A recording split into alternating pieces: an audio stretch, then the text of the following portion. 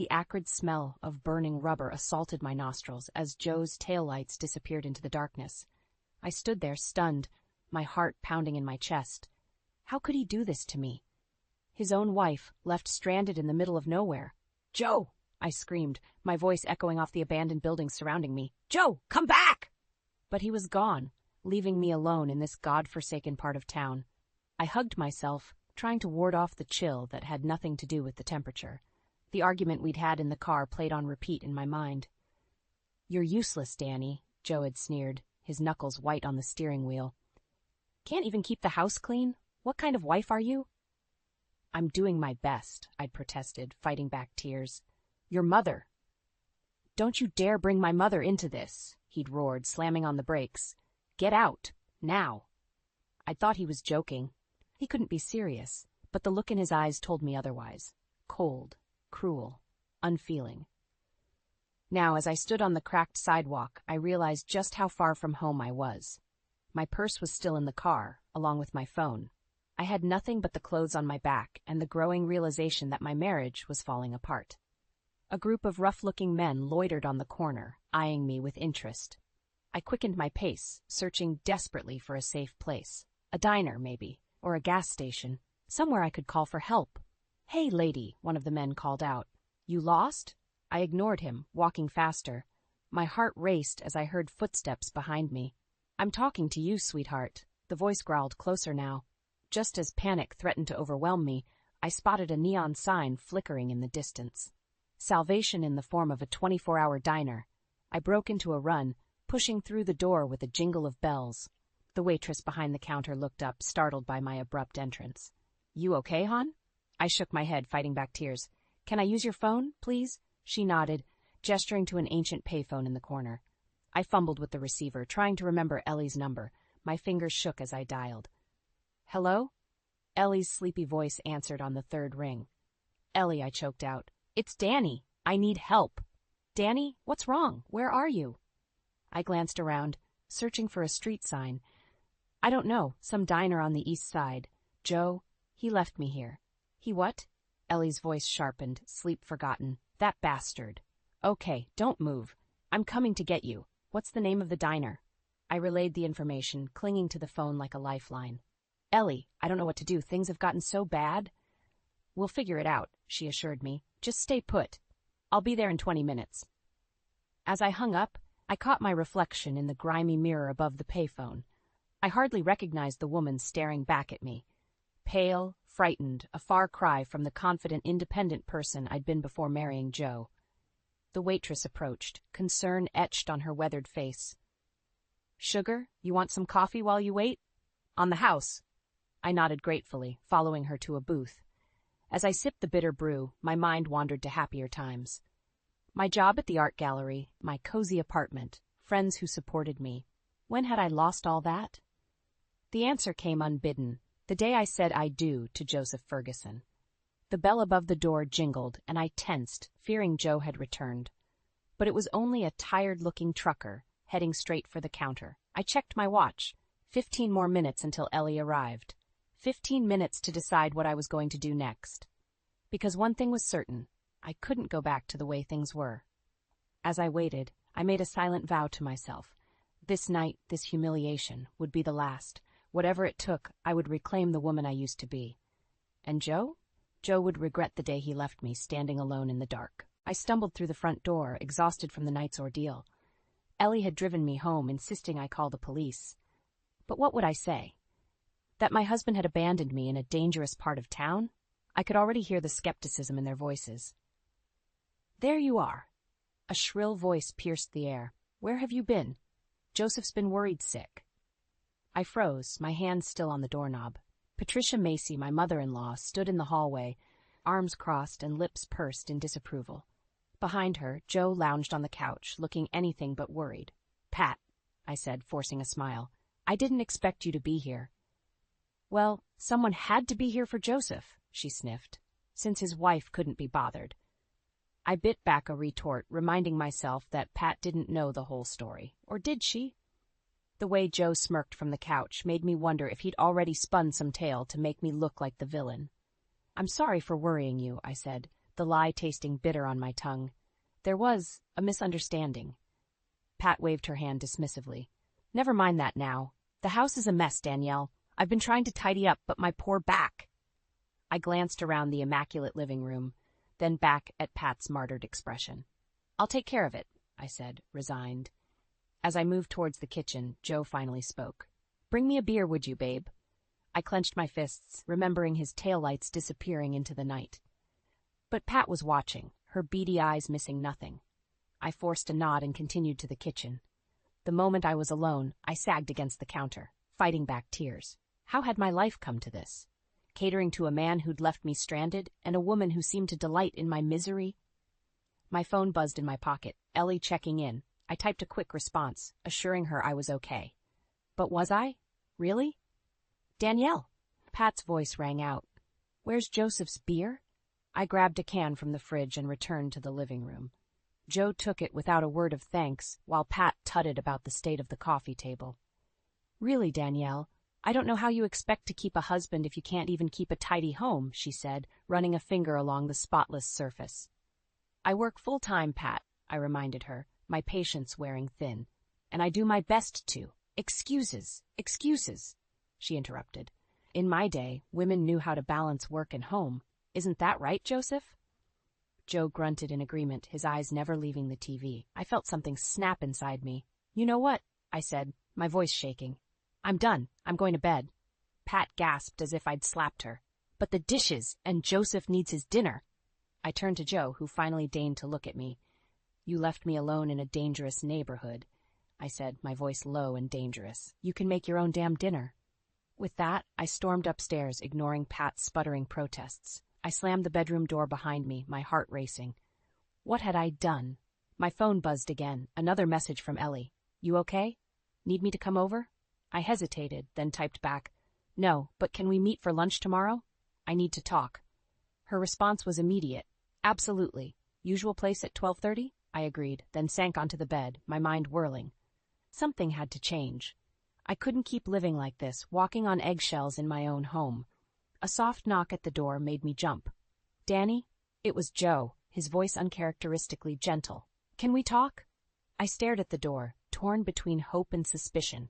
Was this a peace offering, or just another manipulation? With a deep breath, I stood up. Whatever happened next, one thing was clear. Things couldn't go on as they had been. It was time to take a stand. The alarm blared, jolting me awake. Another day in paradise, I thought bitterly. Joe's side of the bed was cold. He hadn't come up last night after our confrontation. Part of me was relieved, but another part ached for the man I'd fallen in love with years ago. I dragged myself out of bed, dreading the day ahead. As I stepped into the hallway, Pat's voice drifted up from downstairs. Joseph, darling, you really should talk to Danielle about her behavior. It's simply unacceptable. I froze, straining to hear Joe's response. I know, Mom. I'll handle it. My stomach churned. Handle it? Like he'd handled leaving me stranded in a dangerous neighborhood? I showered and dressed quickly, determined to leave before facing either of them. But as I reached for my car keys, Joe appeared in the doorway. Where do you think you're going? He asked, his voice deceptively calm. Work, I replied, trying to sidestep him. He blocked my path. We need to talk about last night. I'm going to be late, I insisted, my heart racing. I don't care, he growled, grabbing my arm. You embarrassed me in front of my mother. You're not leaving until we sort this out. I yanked my arm free, anger overriding fear. Sort what out, Joe? How you abandoned me, or how your mother treats me like a servant? His face darkened. Watch your tone. Mom's just trying to help. Help? I laughed bitterly. Is that what you call it? Before Joe could respond, Pat appeared behind him. Oh, good. You're both here. Danielle, I've made a list of chores that need doing today. I stared at her, incredulous. Pat, I have to go to work. She waved dismissively. Surely your little job can wait. Family comes first, after all. My little job pays half the bills around here, I snapped. Pat gasped, clutching her chest dramatically. Joseph, do you hear how she speaks to me? Joe's expression hardened. Apologize to my mother. Now.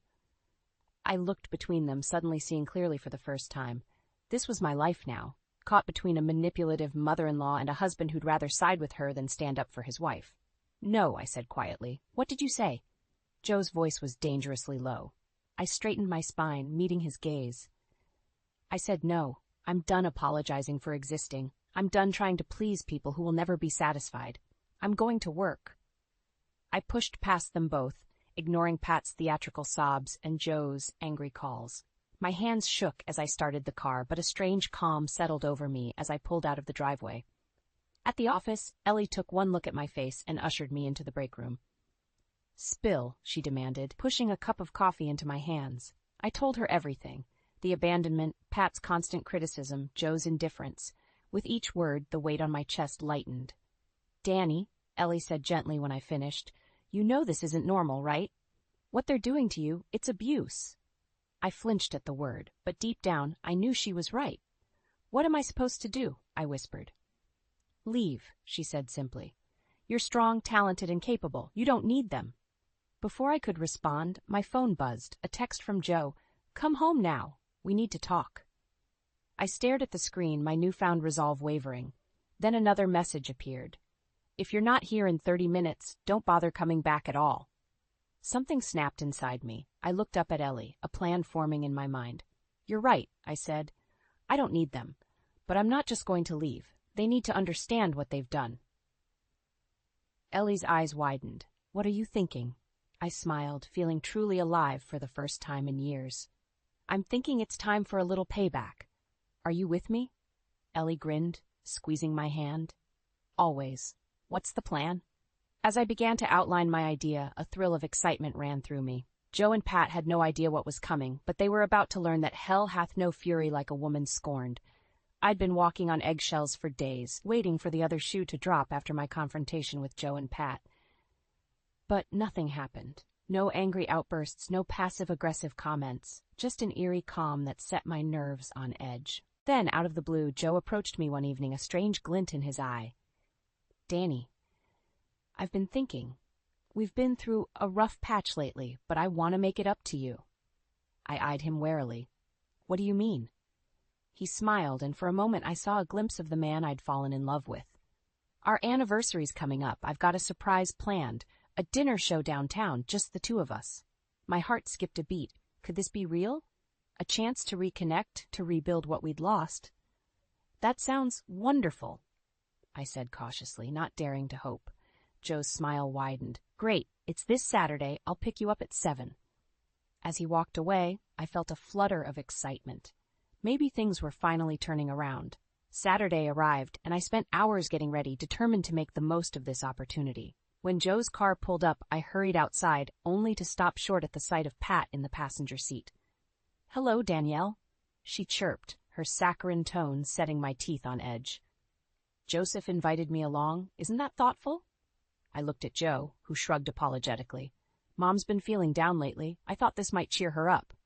Swallowing my disappointment, I climbed into the back seat. So much for our romantic evening.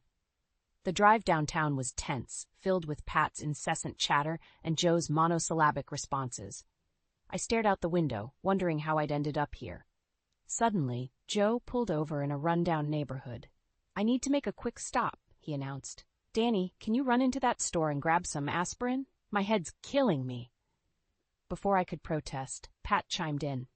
"Oh yes, and while you're there, be a dear and pick up some mints. My breath feels atrocious." Sighing, I got out of the car and headed towards the dingy convenience store. As I pushed open the door, a bell jingled overhead, startling me. The clerk eyed me suspiciously as I wandered the aisles, searching for aspirin and mints. When I finally found them and approached the counter, I realized with horror that I'd left my purse in the car. "I'm so sorry," I stammered. "I need to run back to the car for my wallet. I'll be right back." But when I stepped outside, my blood ran cold. The street was empty. Joe's car was gone. Panic seized me as the reality of the situation sank in. They'd left me. Again. But this time, it wasn't just Joe. Pat had been in on it too. My hands shook as I reached for my phone, only to remember it was in my purse. In the car, with them. Tears of frustration and anger welled up as I looked around the unfamiliar, threatening neighborhood. How could they do this to me? And on our anniversary, no less? A group of men loitering nearby noticed my distress, nudging each other and grinning. Fear gripped me as they started moving in my direction. In that moment, something inside me snapped. I was done being a victim. Done letting Joe and Pat manipulate and abuse me. This ends now, I thought fiercely. I ducked back into the store, ignoring the clerk's annoyed look. Please, I begged. I need to use your phone. It's an emergency. He hesitated, then nodded towards an ancient payphone in the corner. I rushed over, my fingers trembling as I dialed the only number I knew by heart. Ellie? I said when she answered. I need your help, and I'm ready to do what we talked about. It's time to make them pay. As I waited for Ellie to arrive, a plan began to form in my mind. Joe and Pat thought they'd broken me, but they'd only succeeded in igniting a fire they couldn't control. They wanted to play games? Fine. But they were about to learn that I could play too, and I played to win. Ellie's car screeched to a halt in front of the convenience store. I rushed out, relief flooding through me at the sight of my best friend. Danny, oh my God! Ellie exclaimed, pulling me into a fierce hug. Are you okay? What happened? I quickly filled her in on Joe's deception and Pat's involvement. Ellie's face darkened with each word. That's it, she growled. We're not letting them get away with this anymore. As we sped towards the dinner show venue, I felt a surge of determination. Ellie, remember that plan we talked about? I think it's time. She glanced at me, a slow smile spreading across her face. You sure? I nodded, my resolve strengthening. They've pushed me too far this time. It ends tonight. We arrived at the upscale restaurant just as Joe and Pat were being seated. Through the window, I could see them laughing, probably congratulating themselves on their cruel prank. Ready? Ellie asked, squeezing my hand. I took a deep breath. Ready. We strode into the restaurant, heads held high. Joe's face paled when he saw me, while Pat's mouth dropped open in shock. Danny? Joe stammered. How did you? Surprise, I said coldly. Did you really think you could just abandon me and get away with it? Pat recovered quickly, her voice dripping with fake concern. Danielle, dear, there must be some misunderstanding. We were so worried when you didn't come back to the car. I laughed bitterly. Save it, Pat. I know exactly what you two were up to. Joe stood up, his face thunderous. You're making a scene. Let's discuss this at home. Oh, we're way past that, Joe, I retorted.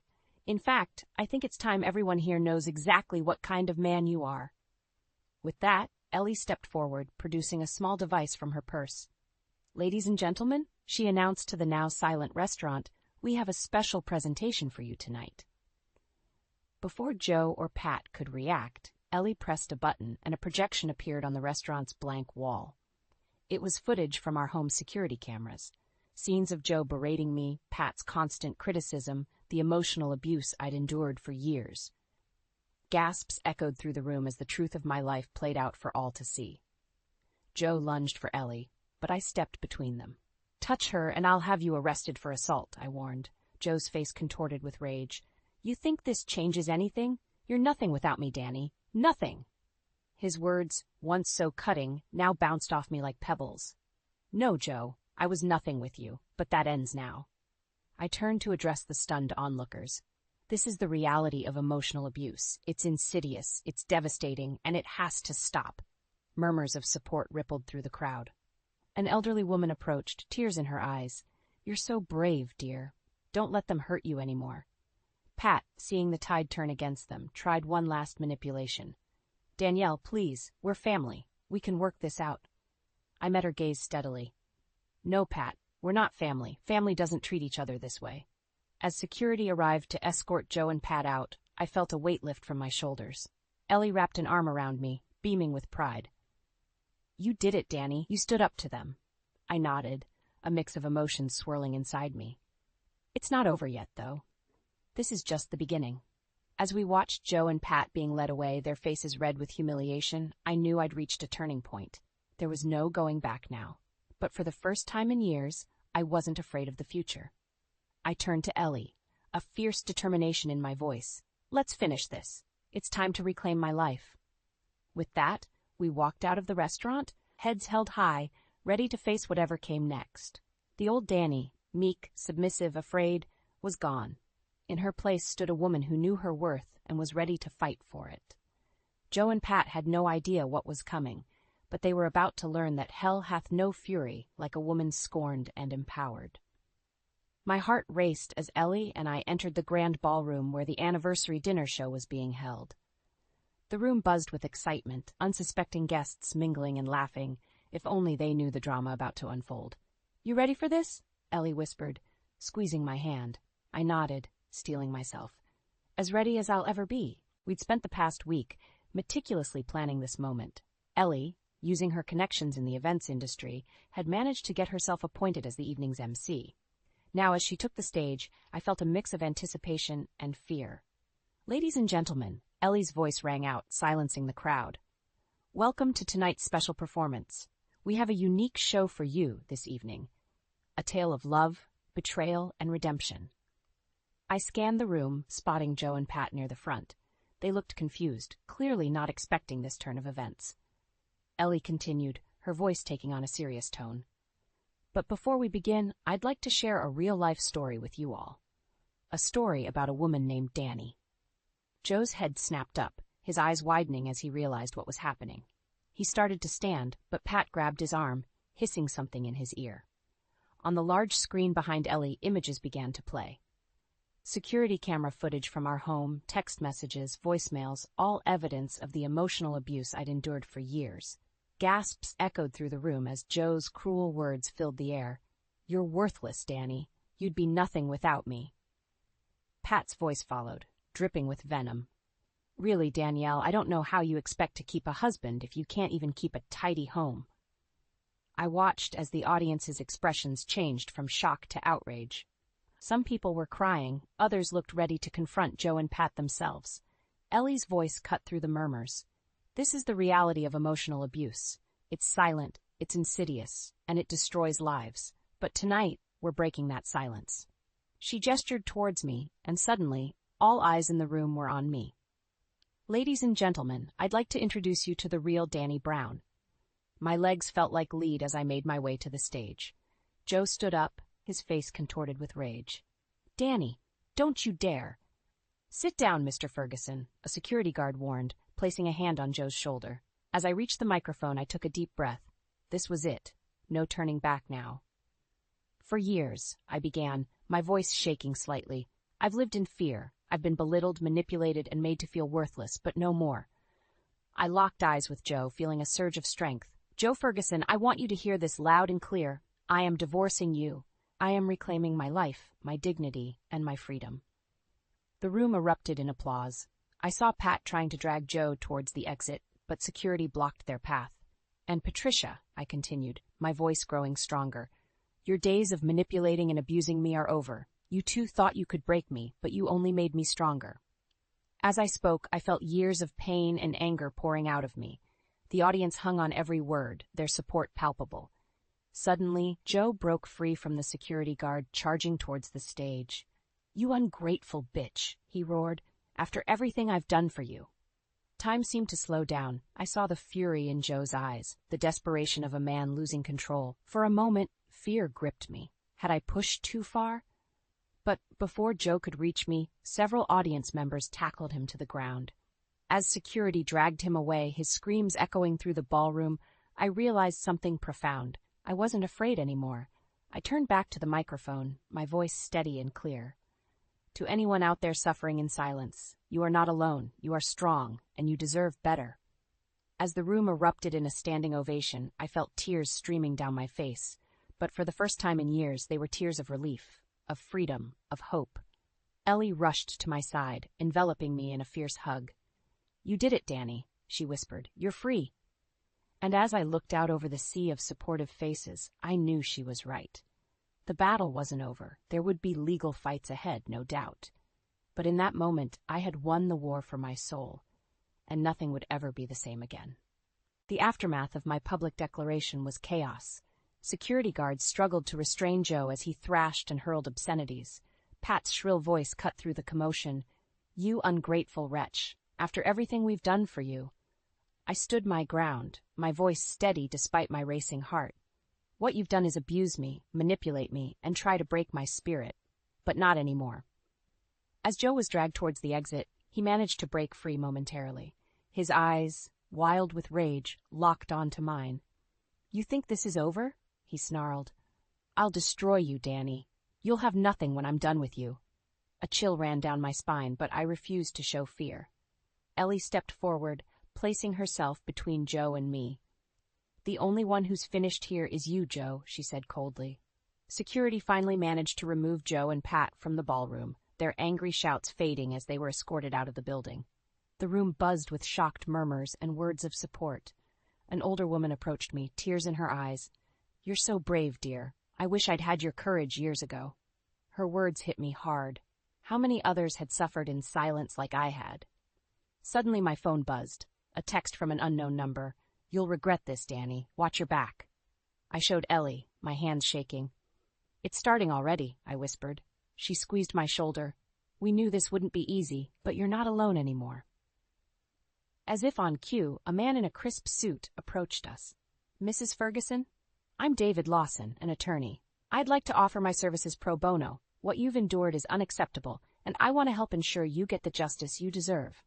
Before I could respond, another voice chimed in. "And I'm Sarah Chen from the Women's Crisis Center.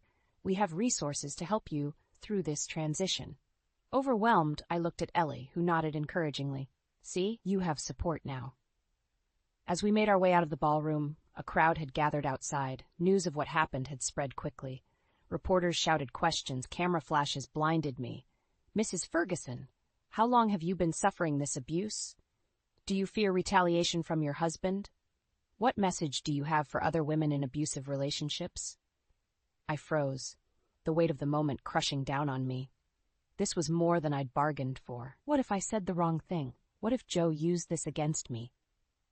Ellie sensed my panic and stepped in. "No comments at this time. Please respect Mrs. Ferguson's privacy."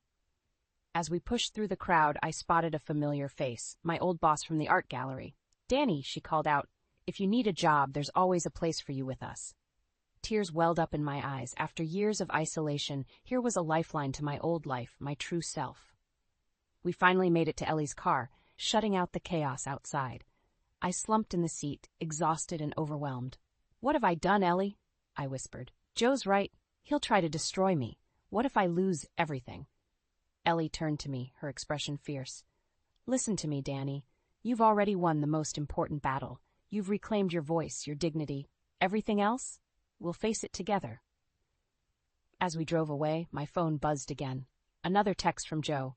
"Hope you enjoyed your little show. See you in court, bitch." I stared at the message, a mix of fear and determination coursing through me. The road ahead would be hard, possibly dangerous. Joe wouldn't go down without a fight, and Pat would use every manipulative trick she knew. But as I looked at Ellie, thought of the supporters I'd gained tonight, I felt a spark of hope. For the first time in years, I wasn't facing my battles alone. I took a deep breath, squaring my shoulders. "Okay," I said, my voice stronger than I felt. "What's our next move?" Ellie grinned, a glint of determination in her eye. Now we fight back, and we win." As we sped into the night, I knew the war was far from over. But I was finally ready for battle.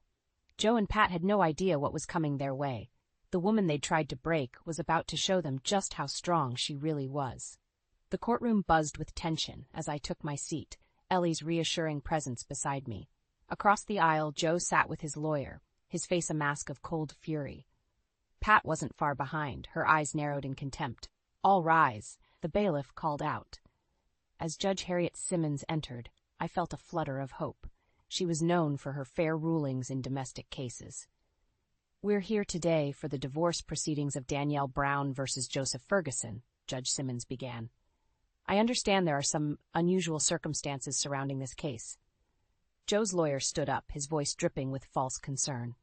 "Your Honor, my client has been the victim of a vicious smear campaign. Mrs. Ferguson's public spectacle was nothing more than attention-seeking behavior."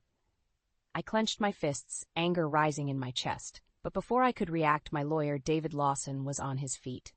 "Your Honor, we have extensive evidence of Mr. Ferguson's emotional abuse and manipulation, including security footage, text messages, and eyewitness accounts from the night Mrs. Ferguson bravely spoke out." As David presented the evidence, I watched Joe's face. His cool facade cracked, revealing the rage beneath. Pat shifted uncomfortably in her seat, no doubt realizing her role in the abuse was about to be exposed. When it was my turn to testify, I took a deep breath and approached the stand. Looking directly at Joe, I spoke clearly and firmly. For years, I lived in fear. I was belittled, manipulated, and made to feel worthless. But standing here today, I realize that the only worthless thing in my life was the way I was treated. I turned to the judge. Your Honor, I'm not just asking for a divorce. I'm asking for a chance to reclaim my life, my dignity, and my future. As I returned to my seat, I caught a glimpse of Pat's face. For the first time, I saw a flicker of doubt in her eyes. The judge called a brief recess to review the evidence. Those minutes felt like hours. But when she returned, her expression was resolute. In light of the overwhelming evidence of emotional abuse and manipulation, I'm granting the divorce in favor of Mrs. Brown. Mr. Ferguson, you will pay alimony and cover Mrs. Brown's legal fees. Furthermore, I'm issuing a restraining order against both you and your mother, Patricia Macy. Relief washed over me like a tidal wave. It was over. I was free. Joe exploded, leaping to his feet. This is bullshit. You can't do this to me. As security restrained him, Pat rushed forward. Danielle, please. We can work this out. We're family. I stood tall, meeting her gaze. No, Pat, we're not family. Family doesn't treat each other the way you treated me. As Joe and Pat were escorted out, their angry shouts fading, I turned to Ellie. Tears streamed down both our faces as we embraced. You did it, Danny, she whispered. You're free. Outside the courthouse, a small crowd had gathered. To my surprise, I saw familiar faces, my old co-workers from the art gallery, neighbors who had witnessed Joe's cruelty, even some of the people from the dinner show. My former boss stepped forward. Danny, the job offer still stands, whenever you're ready. Overwhelmed by the support, I could only nod gratefully. As Ellie and I made our way through the crowd, a young woman approached me hesitantly. Mrs. Brown? Your story? It gave me the courage to leave my own abusive relationship. Thank you. In that moment, I realized that my pain hadn't been for nothing. By speaking out, I had potentially saved others from suffering the same fate. Weeks later, I stood in the doorway of my new apartment, boxes scattered around me. Ellie appeared behind me, grinning as she hefted another box. Welcome home, Rumi, she said. I smiled, taking in the space that was all mine, a symbol of my newfound freedom and independence. As we unpacked, my phone buzzed. A text from David. Just heard. Joe and Pat left town. Looks like they couldn't handle the backlash. I showed Ellie, both of us laughing in disbelief. It was really over. That night, as we sat on the balcony sharing a bottle of wine, I felt a sense of peace I hadn't known in years. You know, I said, looking out at the city lights, for the first time in a long time, I'm excited about the future. Ellie clinked her glass against mine. Here's to new beginnings, and to the amazing woman who fought for her freedom. As we toasted, I realized that while my journey had been painful, it had led me here, to a place of strength, independence, and hope. Joe and Pat had tried to break me, but in the end, they had only made me stronger. And as I looked towards the future, I knew that the best was yet.